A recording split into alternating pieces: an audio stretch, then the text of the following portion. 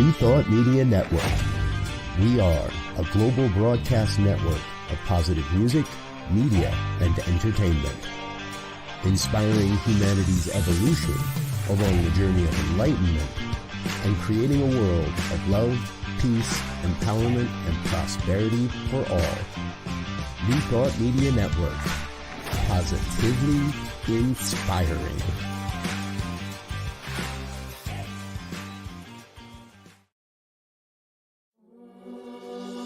Free my mind, open my heart with the whispers of truth, to live a conscious life, to live a conscious life on the growing edge, on the growing edge. And now, here's Allie. Hello and welcome to Growing Edge Live.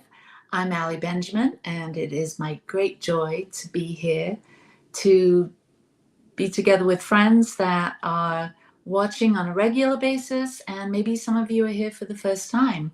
And if you are, welcome.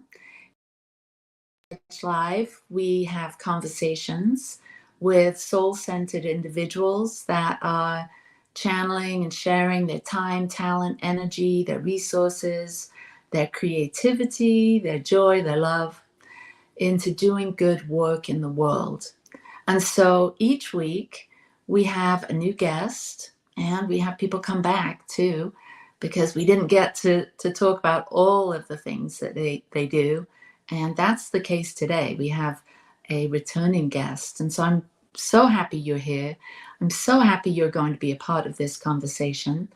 And just a shout out to our producers, to New Thought Media Network. Thank you so much for supporting us here at the thesatyacenter, and to Satya, our organization, who is all about inspiring minds, healing hearts, transforming lives, and evolving consciousness. So my guest today is a beloved friend of mine, Dorena Kohrs, otherwise known as the Space Doula.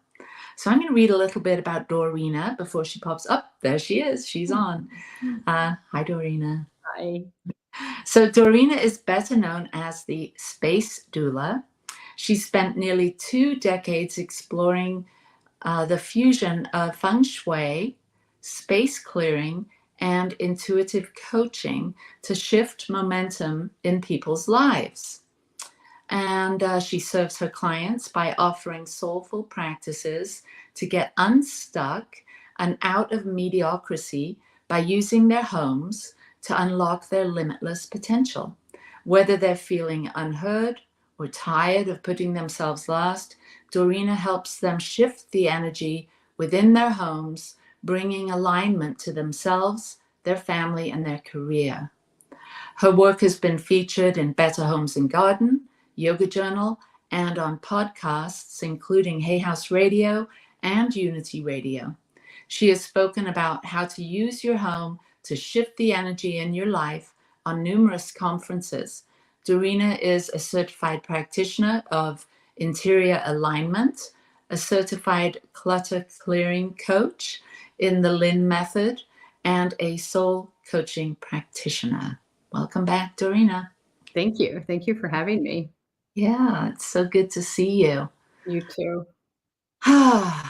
Feels good to be sharing not only you, because I love and adore you, and would love our viewers to get to know you and the amazing work that you do. It just feels good to be in your space and to be working on this topic that you and I landed on. We had a conversation a couple of months ago about the Enneagram and about feng shui, and we thought it would be interesting to sort of explore how those two models or these two philosophies intersect and how they might help people to better understand themselves and the space that they live in and the energy they're creating, maybe consciously and sometimes unconsciously. So what has been up for you as you've been preparing for this conversation, kind of broadening your capacity with bringing the Enneagram into Feng Shui? What's occurred to you in the exploration of this topic? It's so fascinating as I was looking at all the different types. And then I um, zoned in on my type and thought about my home. And I was like, oh, wow, there really is such a connection between the two. I think it was Carl Jung who said everything in the internal seeks an outward manifestation. And that outward manifestation is our home. So who we are, how we navigate in the world, we play that out in our immediate space. And sometimes very positive ways, and sometimes the less empowering ways. So what this work does, which is so fascinating, is seeing, is our home actually in alignment with the highest part of our Enneagram, or are we like sinking into the shadow side of it? And how can we use our home to identify that, and then also use our home to shift it? So I was looking at, I'm a 2, pretty through and through. And, the nurturing, the connection is also, and then you bring astrology into it too. And it's just another layer that really adds to this, because I have Cancer Sun, Cancer rising, I have Cancer and Mercury, Jupiter. I mean, like, so much of that nurturing energy. And so as I was thinking about what that personality, what that Enneagram type would like in their homes, it's spaces where people can connect. And sometimes you'd think this is obvious, that there's a space for everybody. There's a seat for everybody. And I was working with a client years ago, and there were 4 of them in the house, and there was 3 seats at the table. And I was like, well, what happens to the other person? And they're like, well, then we don't always normally eat together. And it was interesting, because for me, that's so important to have a space where everybody can feel comfortable. I have lots of throws in my home. I have lots of pillows in my home. I like more yin energy. So yin is going to be that softer, more feminine. Yang is going to be that active, more bold energy. The soft lighting. I love my dimmer switch. So all of that really pairs well with my Enneagram. Yeah, because being an Enneagram 2, you're in the heart center triad, and the Enneagram, there's 9 types, and there's 3 centers of intelligence: the head, the heart, and the body, or the gut center. And being a 2 and being in the heart center triad, that would imply that connection with other people is very important to you. Being helpful, being a 2 is sometimes it's very important that you maintain those connections with your loved ones.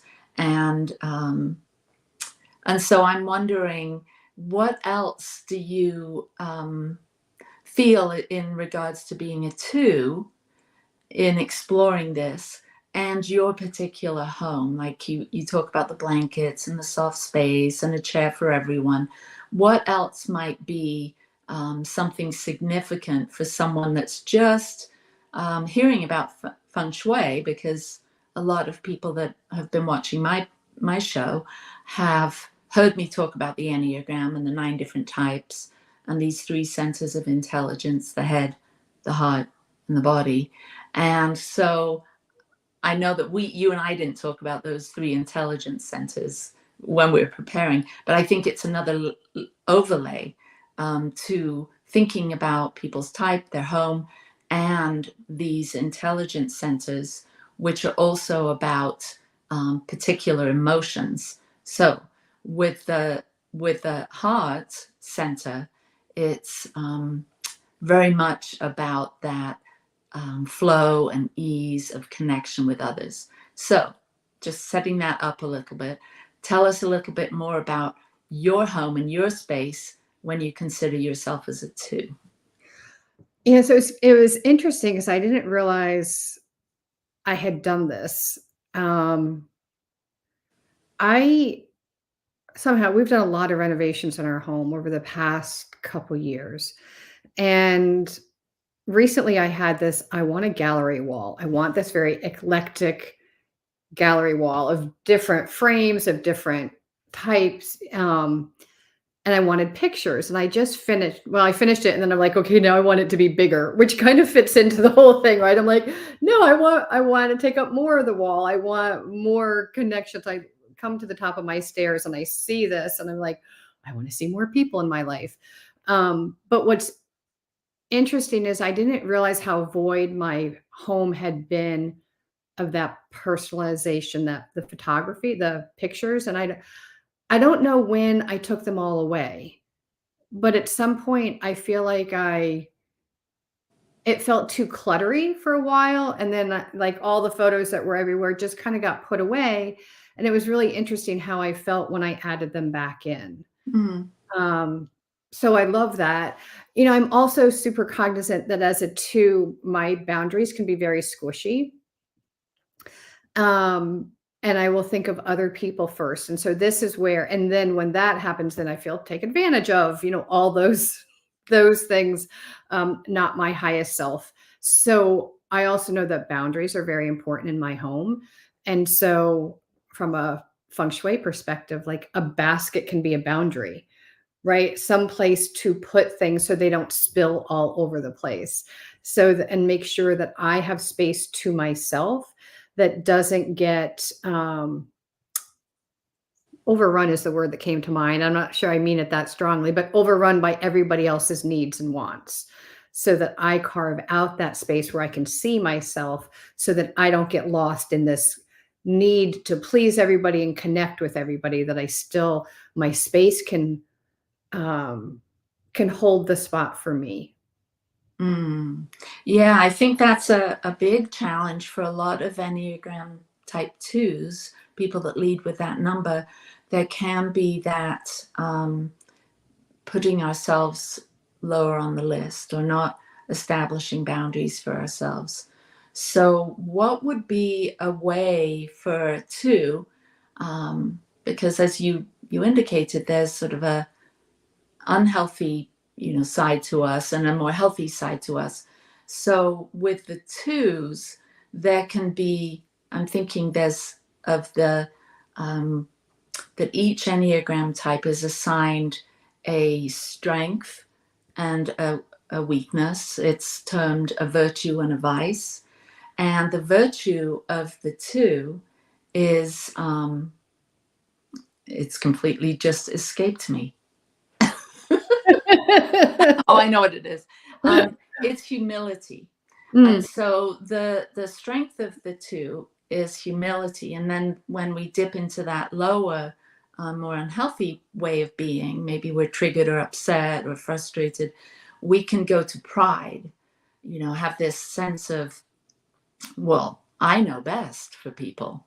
And so I'm just wondering how that also plays out, and how a two might navigate their space, considering this, unhealthy pride that might take place of they know best, to this more humble space of considering what other people need and considering your own needs. Right? So it's a both and there. Yeah, and so I'm going to go back to boundaries. And that's so how I experience it is there is part of me that puts my needs last. So what that might look like is, like I said, no space at the table for you, or like squishing your side in the closet and not giving yourself mental space in the closet, right? Or just like, no, I can sit on the floor. I don't need to sit on the comfy couch. Like, it can be the martyr. But in terms of that prideful, it's also, we think like, oh, I know how everybody should have their spaces. And so it's crossing boundaries by, so I have 3 kids, and they range from 30 to 16. And so I've had, each one probably has experienced me a little differently. But I have made how do I want to say, like, rational or logical excuse of making my kids' beds. I'm like, because it feels better to me, right? And so there, instead of just being like, okay, it's their room, whatever it looks like, I know better of what it should look like. I know better how it should feel. This is going to make you feel so much better than having stuff everywhere. So I have crossed that line at times, of taking more responsibility for other people's spaces than I should. And Yeah. I've backed off on that a lot, but that's definitely because I know best. I want it a certain way. I want it to feel a certain way. Yeah. So yeah, that's really good because I'm sure many of us, whether we're whatever type we are, can relate to that kind of, trying to control others or the space for others and think that our way is best. So I guess for two, you might want to consider in your space as prioritizing yourself and your own wants, needs, and desires. Maybe there could be a question of, what do I truly want? What would I really love in this space beyond what everyone else wants?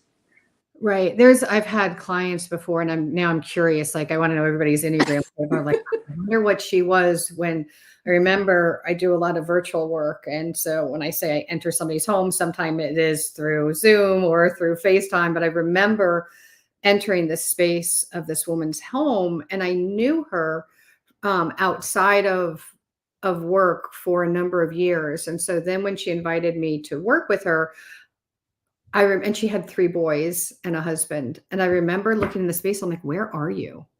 Like, I can't see you in this space.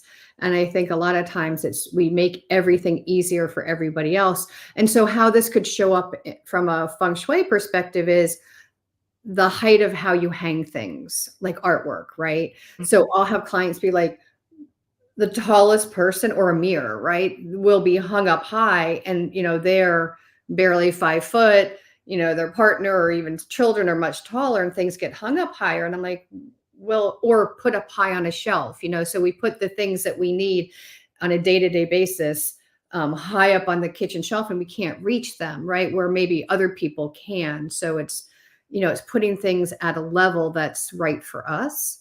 But so that's kind of how that mirrors. So that I always say that our home mirrors our life, our home's mirroring our Enneagram type. And so one is constantly influencing the other. So if I do feel like I've shut myself out and I'm putting other people's needs before myself, I might look and say, well, is everything I need within reach? Or is my stuff way high and I can't get to her in the back of the closet? So that's sometimes how that will show up. And so these kind of little subtle changes we can make in our home are designed to kind of bring balance and harmony, right? And that's sort of the feng shui whole point, to bring flow and balance and harmony. And thinking about the simple movement of objects that are likely to affect that flow and balance and ease and harmony, not just in our space, but in our own minds and in our relationships. It is really all connected here. It really is. I mean, so ultimately what feng shui is, like you said, it's bringing in balance and harmony. The flow of energy is what we're looking at. I use it a little bit, I don't even want to say differently, but what I tend to focus on is that mirroring, how one is mirroring the other and looking at the metaphors, because that to me is the truly fascinating work. So yes, I want to come into somebody's home and I want to help them create that balance and that flow. But more than that, I want to help them understand themselves better. Because as we play these things out, we walk through our homes like constantly, right? 24/7, we're moving around our spaces. And again, everything in that internal, we're just putting things where it feels natural. And sometimes we don't realize it until we take a step back. And that's what the work of feng shui can do, is take a step back and be like, oh, do you realize that you're not wanting to be seen? And you're like, well, no, I really want to be seen. Like, but that's not what your space is saying. So what we can do then is identify that of what our space is saying about us And then is that in alignment with what we wanted to say, or is it actually contrary? And then we can make those shifts and adjustments. So in the example of, I've had one client who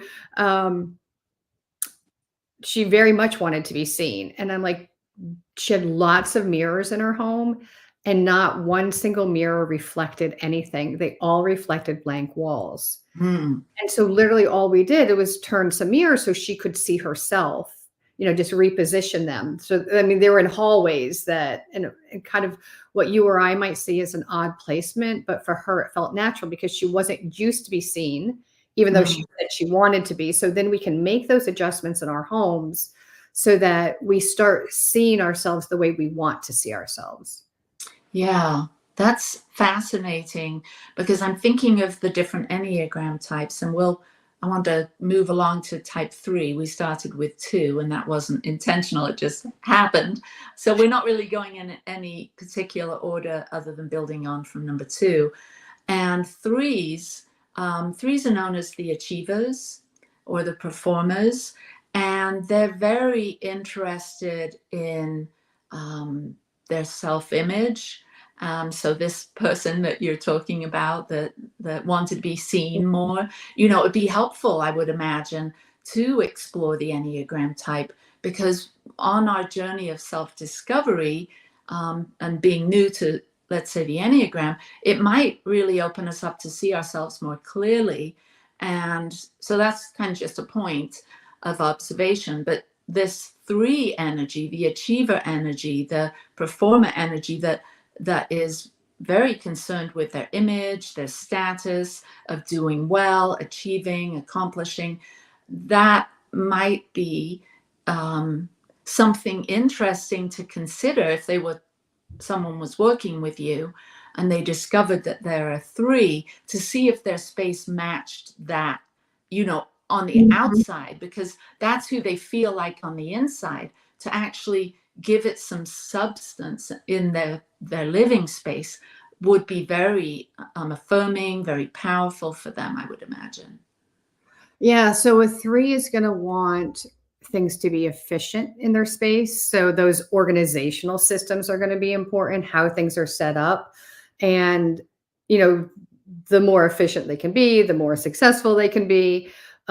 Being in the command position is going to be important. So in Feng Shui, we have what's called either the power position or the command position, but it's when there's a solid wall behind you and you can see the door, ideally diagonal in front of you. So it goes back to our caveman days. I know, although sometimes it probably feels like there's lions and tigers and bears out there, they probably are not knocking on your door. But we go into our more subconscious brain. And when we are sitting, for example, our desk, right? If our desk is facing a wall, we can't see who's coming up behind us. Mm-hmm. And so our bodies are not quite, and it's subtle, but over time, we're not quite as relaxed when we're not in that command. We can see what's coming. So that success-driven person wants to see they want to see those opportunities. So for instance, if you walk in your home to a blank or to a wall, right? Some homes, right when you walk in, you're faced with a wall, maybe you turn left or right, but you don't have this wide open spaces. Mm-hmm. So if your home, if the architecture is such that you don't have those wide vantage points, whether your desk is facing a wall or perhaps architecturally, when you walk in, there's a wall. How can you shift that so you can create that expansiveness so that you can see the opportunities coming? Likewise, in Feng Shui, we talk about like surface areas, right? So we want space for those opportunities to land. If you have so much clutter in the way, there's no place when those opportunities are called in, there's no place for them to land. How that looks in your home is those flat surfaces. Think your kitchen counters, right? So are your kitchen counters so full of things that there's no place for the new to come and land, metaphorically? Mm-hmm. Yeah, that's really good. Yeah, and I'm imagining for a 3 to have a mirror. If the wall in front of their front door was a blank wall, that there'd be a mirror there, so they could maybe see themselves and establish that connection with their their true identity. Yes, but just, I'm going to interrupt you for one quick second. Uh-oh. So yes, just not at the front door. Oh, because okay. I don't want to hear the threes to like, okay, we need to put a mirror. So what happens, just a quick little aside, is that in feng shui, the door is the mouth of qi. It is where energy enters your home. A mirror is going to reflect whatever is coming at it, right? So what happens, let's see if I can get in the frame here. If this is a mirror, I'm backwards on here, so now I'm totally like, thank you. If this is a mirror here and the energy is coming in, it's going to bounce back off. So, okay. Well, disregard that alley a mirror is great, right? Like having a mirror is a great idea, just not right when you walk in, because you want that energy to come in and nurture and circulate through the home. And if there's a mirror there, it will bounce it back out. But absolutely, yes, having a mirror in your space so that you can see yourself. And then how do you identify success and putting those things symbolically in your home that represent success? Probably having things that are status related, you know, probably a 3 wants, things that are fancy, that feel luxurious, that have a status symbol to them. Yeah, and as you're talking about that, the 3 is also has there's some shadow elements to the 3 persona, which can be regarding deceit, like self-deceit, inauthenticity. So sometimes 3s can be a bit guilty of being the chameleon, of shift shaping, or maybe in their home or in their space, they may, or even in their clothing, they may wear things to impress people, Right. but it may not be who they really are. And so I think a challenge or an opportunity for growth with a 3 could be to ask themselves, you know, does this really represent what I value, who I truly am? You know, not the facade, but who I am on the inside. And maybe placing some objects in their space that were more maybe thoughtful, that they spent some time identifying what's truly valuable to them. Yeah, I'm so like, now I like want to know what one of my clients' Enneagram is, because I had a client who was hesitant about hanging an Ivy League diploma on her wall.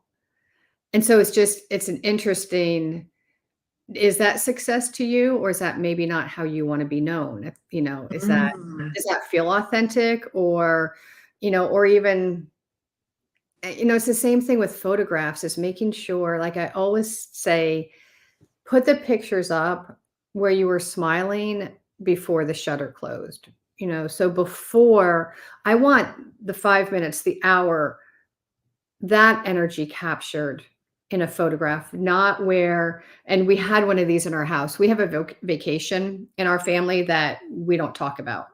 Like whenever it was at Lake Nantahala in North Carolina, where I'm from, and anytime somebody says Lake Nantahala, we're like, no, we don't talk about that. It was just, it was not a good vacation. And yet right before we left, there was this selfie of, you know, my son is like 6'1". He's got long arms. So he'd be the one who's always, you know, taking a picture of all of us. And we all have a smiling face. And that was in our house. And I was just like, no, every time I saw that picture, even though we all look very happy in that moment, I know what happened the 7 days prior. And so that's what's really important when you talk about authenticity, is making sure those photos are not ones where you were at the party and you're smiling and internally you were miserable, or, you know, or even hiding stuff in closets would be another thing of that authenticity piece. So if they're feeling and they want to hide things away, it's like, let's look in the depths of the closet and see what's squirreled away there. Wow. Yeah, there's so much to you know, what we do in our space and how it relates or corresponds to, you know, what's going on in our mind or what's going on in our subconscious, like hiding things away in the closet. Well, I always have clients be like, oh no, I know exactly what's in there. And I'm like, well, let's can we peek? And they're like, oh no, I know. And I'm like, well, for kicks and giggles, let's just, and then all of a sudden you're going through like, I don't know how that got in there. That's funny. Well, it's not funny. It's interesting. Why don't we jump off and take a short break, and we'll come back and we will get right on to type 4. See you in a minute. Please help us say thank you to our organizational sponsors, including the Hefferland Foundation, Affiliated New Thought Network, International New Thought Alliance, Science of Mind Archives and Library Foundation, Center for Spiritual Living Denver, Center for Spiritual Living Midtown, New Thought Philadelphia, Planned Happiness Institute, Summit Center for Spiritual Living, One Heart Retreats, Center for Spiritual Living on the Lake, Unity Kitchener, Unity Spiritual Center Ottawa, Om Center for Spiritual Living, thesatyacenter, Begin Within Ministries, Center for Spiritual Living North Jersey, Unity of Savannah, and the Center for Spiritual Living Seattle, as well as all of our individual donors. Thank you for being part of the New Thought Media Network. Please like, share, and subscribe. New Thought Media Network, positively inspiring.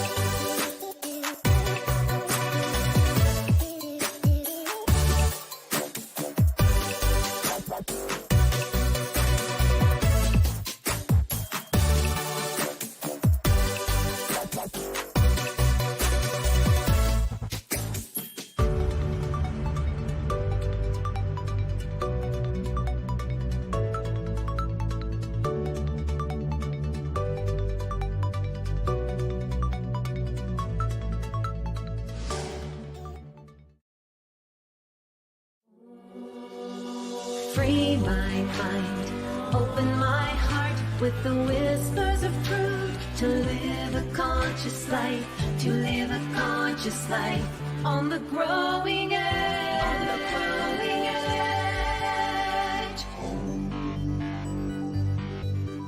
edge. And now, here's Allie. We're back. So we're here with Dorena Kohrs, a space doula, and we're talking about how the Enneagram and Feng Shui intersect. And we're just putting our toe in the water here and trying this on and seeing how it does all connect. And we're moving on to type 4. Type 4s are known as the individualist, the artist, the romantic. I'm a 4. And they're very interested in being unique and expressing their creativity. They have a fondness or they gravitate towards things that are beautiful.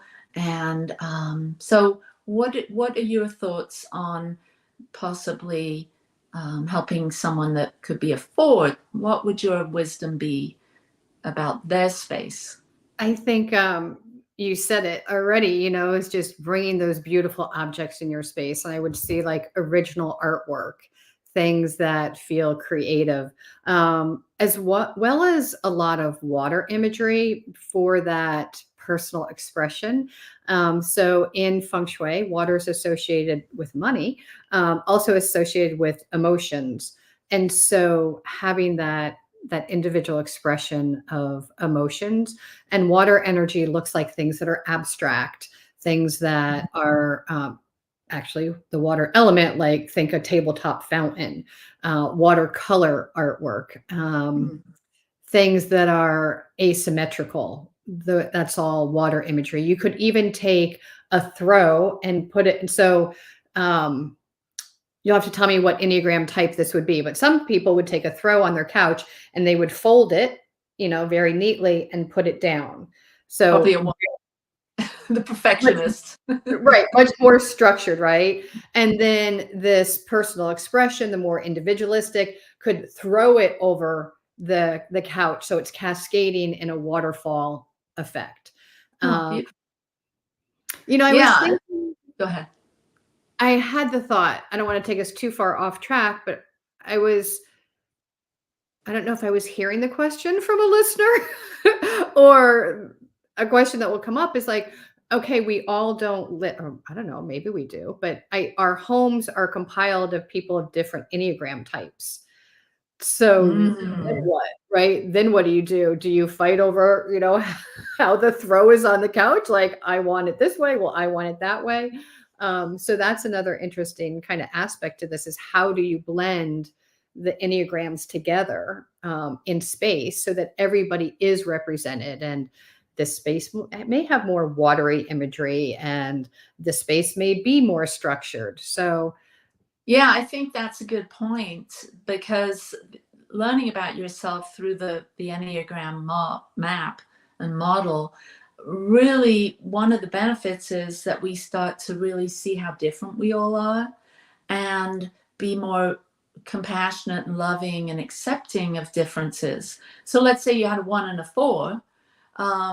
The 1 might be really hooked on keeping that throw neatly, folded the way she wants it or he wants it.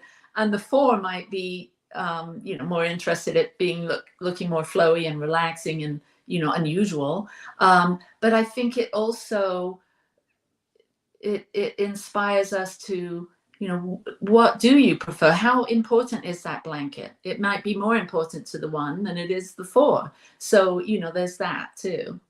Right, which is so interesting, right? So it's like, okay, I'm going to concede here. The blanket's going to be folded neatly. Or maybe it's the opposite, it's an easier way to look at it. Like the blanket cascading, like, okay, it's not perfectly structured, but you know what? In my closet, the things I have total control over my clothes, I'm going to have all the hangers the same. I'm going to have everything lined up. I'm going to have it color coded. So there are ways that we can. Yeah. So maybe it's more the thought here is that everyone within the home has their own space, let's say their bedroom or their office or the laundry room or whoever, feels that they have like dominion over that particular room or that space, that everyone is more aware of that. Like, my son is a 9 or a 3 or whatever. And so his space will be more considerate of his personality, and maybe the shared spaces, the communal spaces, there's more awareness around, the throw and the positioning, then it does please or it's okay with everyone because they have that understanding that this is communal space. Yeah, and how do you blend the two together? So like I've talked a lot about photographs, but they're just an easy example. So if you'll have to tell me which Enneagram types, but I'm thinking that as a 2, I'm like, I want that connection. I want those family photos, but they could be hung in a very structured way, lined up. Maybe there's 6 photos and they're very structured. Whereas maybe a 4 is like, oh, let's, put them a little bit more whimsical. Mm-hmm. I was going to say haphazard, but in a more whimsical kind of way, right? So that must be your 1 wing, by the way. That perfectionistic wing you've got going on. I do have that. And I'm noticing in the comments, Alex, my daughter's saying the laundry room, ha ha ha. She's kind of the laundry room goddess. So that really is her domain. She gets to organize it the way she wants it. Yeah. What Enneagram type is she? We're on the fence with that one. Okay. Well, could the laundry room help like tip you one direction or the other? I'm wondering, is it like, does the Enneagram come out in there? Like how it's set up, how it's structured, how it functions? Possibly. I'll have to give that some thought. But, just right off the tip of my tongue, someone that's really, concerned with the way things being clean and neat and orderly, that could be a type 1. That could be a type 6, someone that wants things to be, Right. really, or a 3, efficient, effective. Mm-hmm.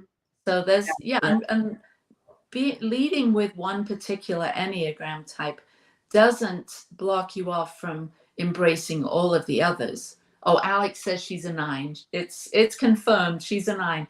Okay, so a 9, that's the peacemaker. They like ease and flow and harmony. And I know that Alex and we're living together at the moment. I know that she sees doing the laundry as a way of keeping that flow, that ease, that harmony, because it is a gift for all of us.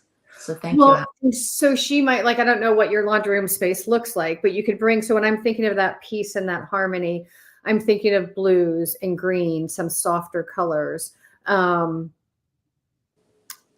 imagery of plants, imagery of nature. So if the laundry room allowed for any artwork, or photography, that it was nature based, so things that feel peaceful, things that feel harmonious, could feel particularly good to her in there.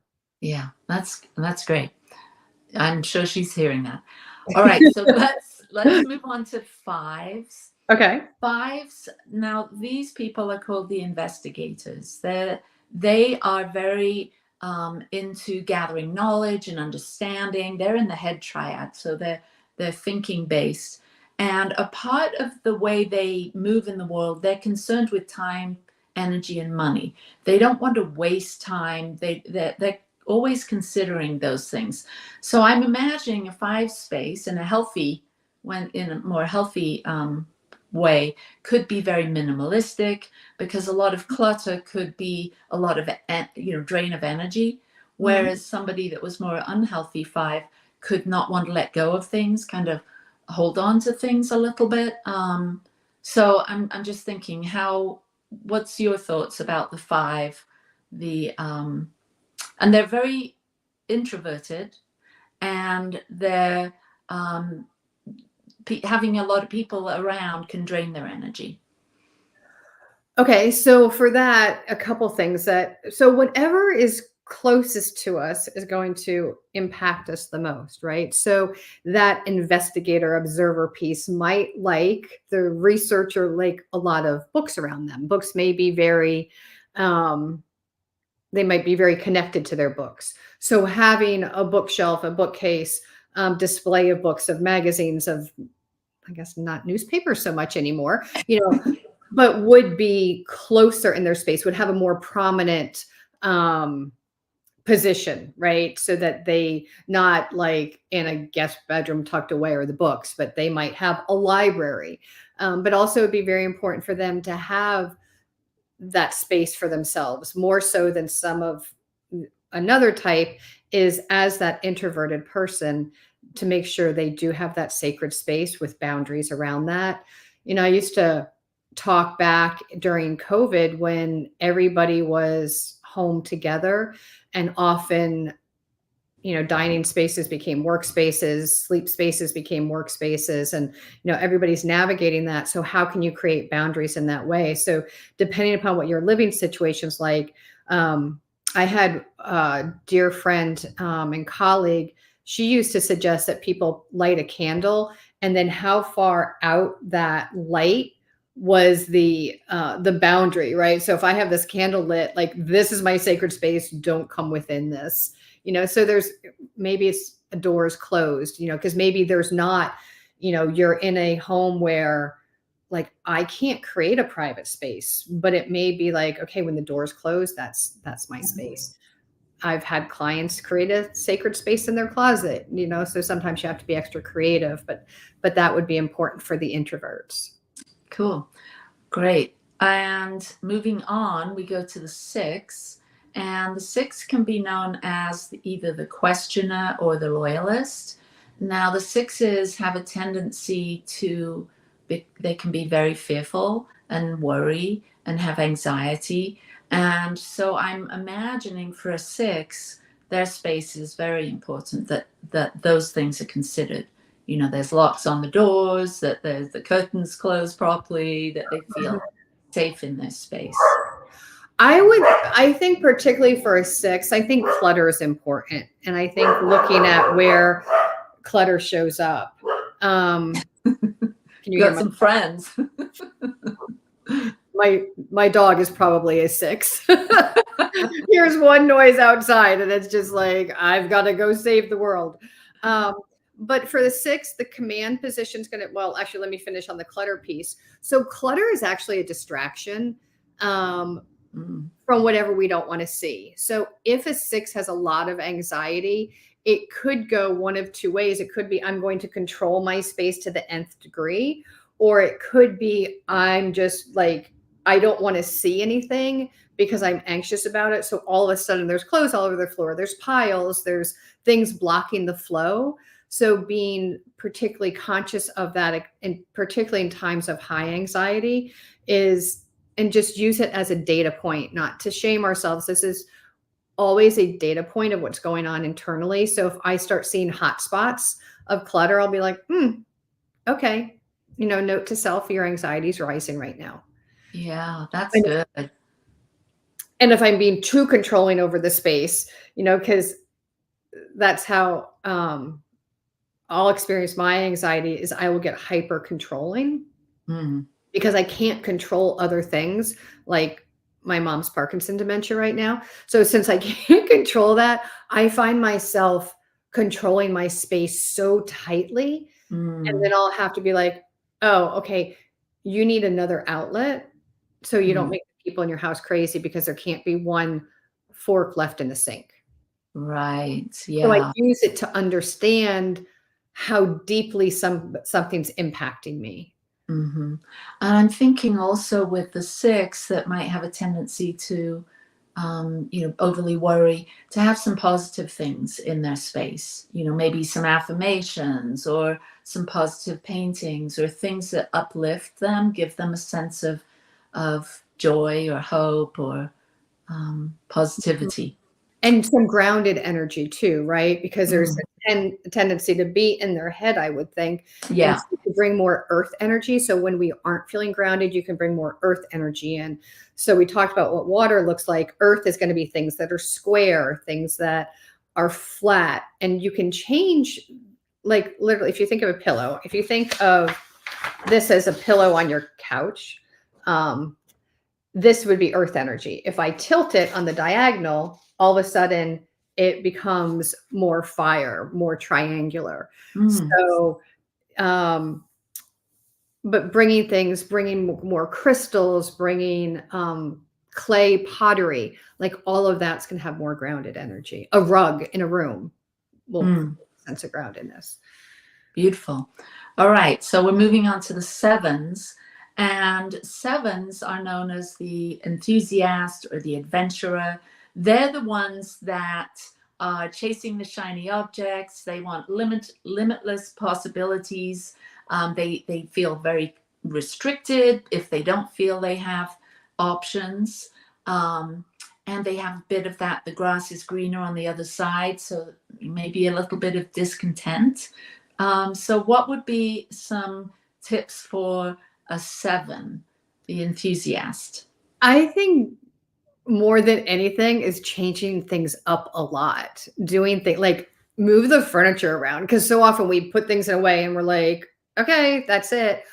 Or looking at spaces in a different way. So I have a client who had this big, huge dining room table and it did not fit the small dining room she had. So we're like, well, wait, why can't we make the living room the dining room and then make the dining room the TV room? And so we totally flipped up a space in a way that you wouldn't think about it. So I think for a 7, that adventurers, you know, wanting that itch for change and to see things differently, do it differently. Even come in through a different door. If you always walk in through the garage door, try coming in the front door. Change your routine up, change your space up, move artwork around. Like so many of us hang a painting and we're like, okay, it's there until I move. Well, what if you just flip it around into different rooms. So create that change, bring more whimsical artwork into your space. I think could be really fun. Beautiful. All right. So next is 8, the challenger. And they are typically big energy. They're probably the most extroverted. So they're loud, they're bold, they're driven, they're in the body triad. So things, big things, bold things, things that they can control, I would imagine. That's part of the way they would operate. What insights could you share with the 8s? Well, I think, you mentioned the bold color, so more that yang energy. So they want the curtains wide open. They would want the pops of red, and we don't want to go too far, because red can also be super activating and depends how you respond to it, also can elicit anger if there's, so being cognizant of that. But having those bold colors, having artwork that is bold and more, not a lot of little things. They're not going to a lot of little tchotchkes. They're going to want the bold thing. And the same with artwork, not something that has a lot of different, it's going to be singular imagery.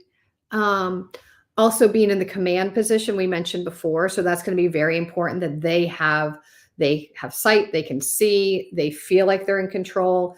And then I think my message to the 8s is, when you get upset that somebody else isn't maintaining the space that you want it maintained, is to remind yourself that you only have control of you and your spaces. And so often I find that people are like, oh, if they would only do this, if they would only do that, then I would feel, I'd feel more peaceful. And so I have found it time and time and time again, that when I tell people just focus on your space and what you have control over, magically the people around them start clutter clearing. They start picking up things. And it's just this magical, almost inexplicable things that happen. But I have this whole client, comments that come back like, oh my gosh, Dorena, I thought you were wrong, but that really worked when I focused on me. And what happens is they forget about the thing in the back of the closet that has potentially negative energy because they're so busy worrying about everybody else. So that's that would be my 2 cents to them. Okay, good. We've got 2 more. We've got the 9 and the 1. So the 9 is known as the peacemaker. And we talked a little bit about that with my daughter, Alex. And they're probably more concerned with everybody else and less concerned with their own. Like they can have issues with prioritizing themselves. And so I'm wondering thoughts about the 9s and how they may take some right action, because they can be known to kind of be a bit lazy as far as what they really want. And so how could 9s benefit from knowing about their space and what they might bring in or take away? Yeah, and I think we talked about this already, and I forget which Enneagram type it was, but really making sure that your needs are in the space, so that you the type 2 and 9 can both be, have difficulty with boundaries and people pleasing and stuff like that. Yeah, so just making sure that you are seen in the space, the colors you like. I mean, we talked about blues and greens to bring that peace and that harmony. But if you don't like blues and greens and you like purples and oranges, then bring purples and oranges, right? So making sure that your needs, that you can get to what you need. And it's fascinating if you look at your space, probably as a 2 or a 9, and just say, does this space actually suit me? Do I have what I need? Or have I edged myself out of the space? And then just lots of that nature, spiritual objects, if, for what somebody resonates with, making sure those are, I have one client who her spiritual objects were only in her office, because she felt like she was going to offend her partner if they were anywhere else in a fairly large house. And so I could see her in her office. I couldn't see her anywhere else in the rest of her life. So we've slowly over the years been trying to bring her out of like the closet, actually, just like, okay, come on, let's like a little bit more of you in your living room, in your kitchen, instead of this beautiful spiritual side that's with Yeah. only space. All right, we've got one more, and that's type 1.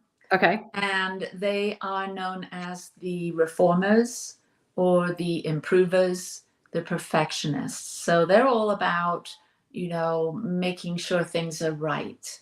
They've got kind of a strong focus on making themselves look and their environment look the way they want it to.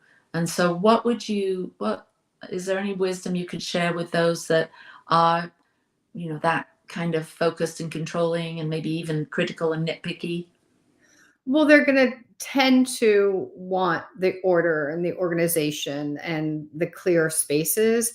I would also think, so are they in more of the head They're more in space? the body.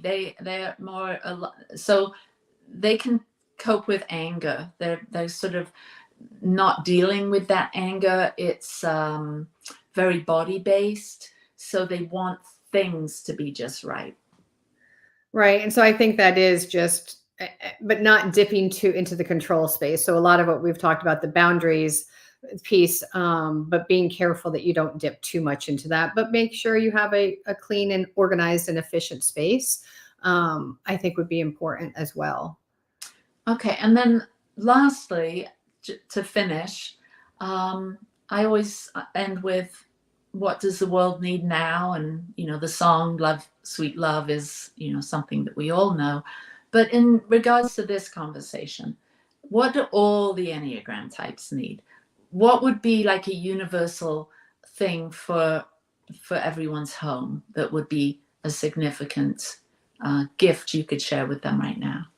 I think it's, in our break, I was listening to the mission of, and it's the consciousness, and it's in how you've described your work. And I think it's to be conscious of your space and not to think it doesn't matter or to think I don't have control of it. So it's knowing how much your home impacts you. Mm-hmm. So make sure you have a space in your home, make sure it supports you instead of supporting everybody else or thinking I can't do anything. And using it as a way to remind you of who you are. Beautiful. Thank you, Dorena. It's been such a blessing to have another conversation with you about our spaces and the Enneagram and Feng Shui. And I'd love to have you back on and talk, because there were so many things coming up for me as we were talking. There's things that we could talk and go a little deeper on. So thank you for being here. Thank you. All right, everyone. Thank you for being here today. I hope that what you've heard here today has impacted you and you can make some little shifts and changes in your living space. And next week, we've got another wonderful guest, Tony Thackeray from Australia. So don't miss that one. And just please know how much you're loved and how here at Growing Edge, we care about you. And from Dorena, your space does matter, as do you and your feelings and your emotions. So lots of love to you. Peace and blessings. Mwah. Bye-bye. Free my mind, open my heart with the whispers of truth. To live a conscious life, to live a conscious life on the growing edge.